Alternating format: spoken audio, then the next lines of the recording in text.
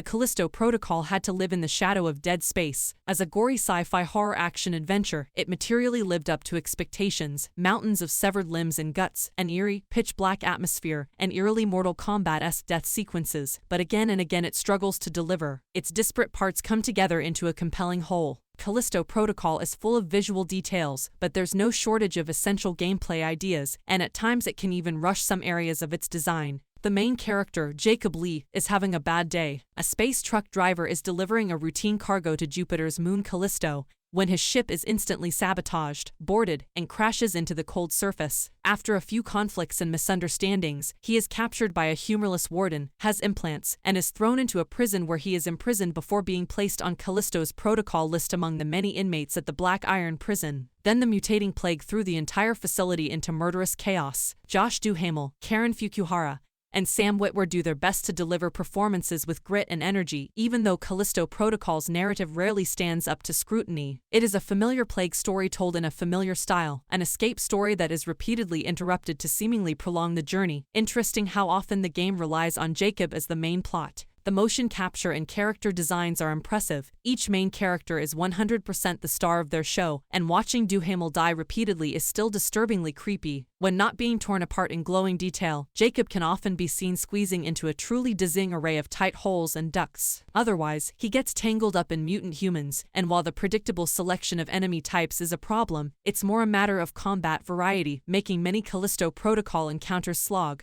The game's weapon selection is minimal, with just 2 different pistols and 2 different shotguns for most of its 12-hour runtime, along with a GRP, a gravity warp device with limited energy. No lasers, no flamethrowers, no weirder sci-fi weapons, just ballistics, from start to finish. Like many other systems, the combat avoidance mechanic never interferes with the surrounding gameplay. Mutants like to team up to attack Jacob whenever possible, and holding the analog stick left or right to avoid the zombie wall builder is pointless against a second or third enemy attacking from the screen. The lack of quick turns makes most fights difficult, and weapon reloads are slow and easy to interrupt. Callisto Protocol's core combat concept is melee, but it relies entirely on a single weapon, which in practice feels inadequate. The depressing atmosphere of the Callisto Protocol trailer remains absolutely intact. The game has excellent sound design with ominous echoes from every corner of the environment, at least when there are no screaming mutants. There's not a meta punchline or joke to be found here, and it's refreshing to find a game with such a dark tone that never contrasts with snark or softens that quality. Unfortunately, most levels of the Callisto Protocol create a boringly similar environment. Whether it's a living area, an office, a cave, or an industrial corridor, these highly detailed backgrounds are rendered with care, but mostly consist of the same shades of brown and metallic blue. Unique vistas are on display, and some environments have more personality in the second half of the game, but an hour of combat in a similar space takes its toll. Also, some of the boss fights are pure garbage, one of them recycles 3 times, and there are no puzzles or other distractions to mix things up.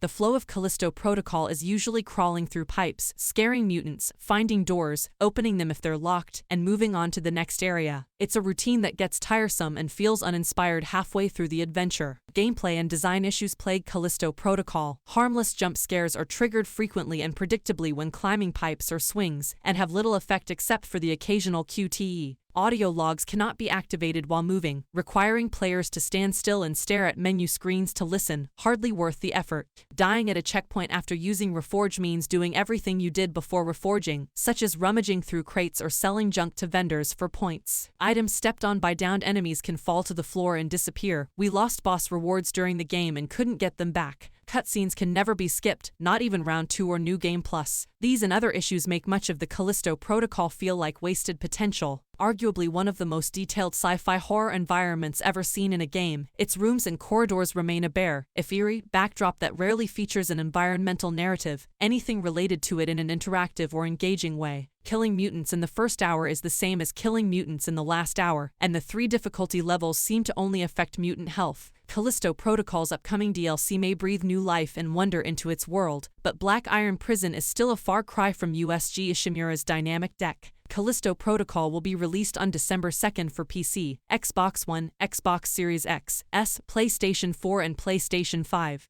Our rating, 2.5 out of 5. Thank you for watching. Please like and subscribe and support my channel.